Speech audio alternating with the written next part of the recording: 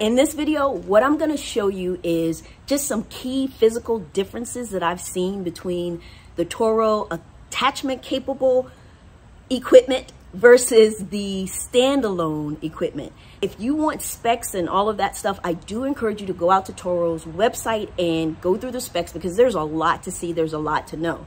But these are just some physical aspects that may or may not help you make a decision if you're trying to buy one of these systems. So again, we're gonna look at the attachment capable versus the solo equipment for the edger and the trimmer. All right, let's get into the video.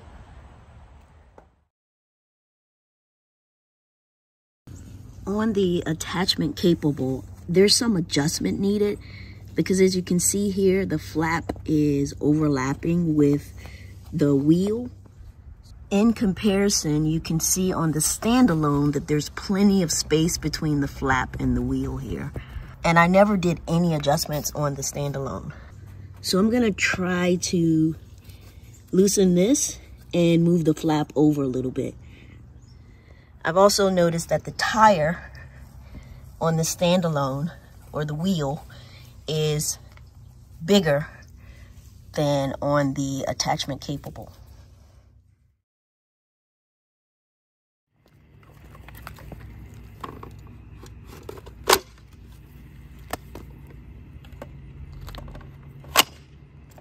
I'm going to pause on the testing because I realized that the ground is wet. You don't want to do the edging when it's wet because it just creates such a mess. So I'm gonna give it some time to dry and then pick back up on the testing.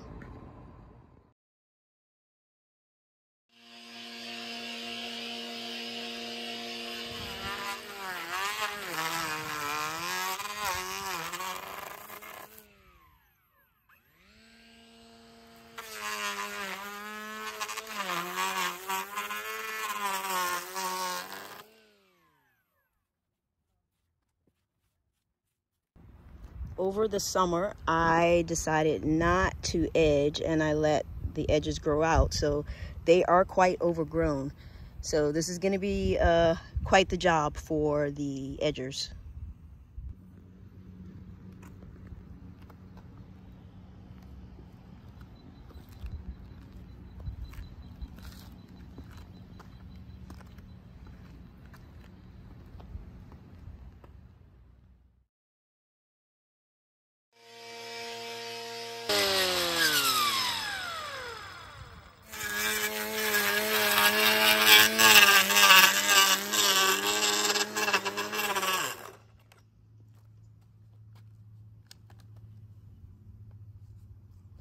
It did cut off.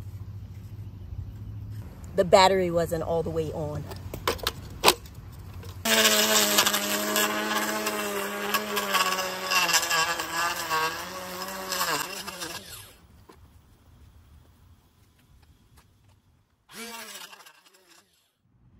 I don't know if you noticed in the video, but you could see how that one, it tended to skip a little bit. And I think that's just because I wasn't moving fast enough for it.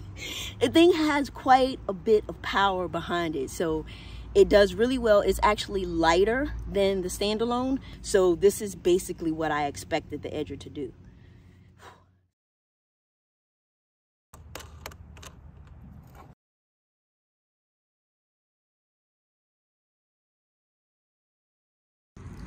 What I'm going to do now is show you the attachment trimmer versus the solo trimmer. It looks a little bit different.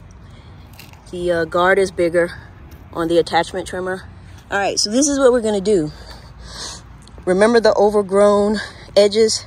So what I'm gonna do this time is I'm gonna take the trimmer and trim some of the overgrown edges so that you can see how well the trimmer does. And then I'm gonna go back over it with the edger. It's probably gonna make things a lot easier for the edger because it won't be working as hard to get the overgrown part of the edges.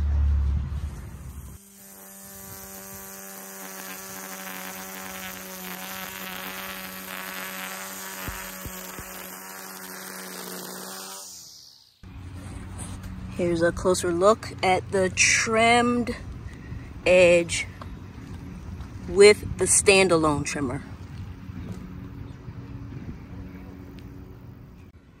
Okay, I'm gonna hit this side with the attachment capable string trimmer.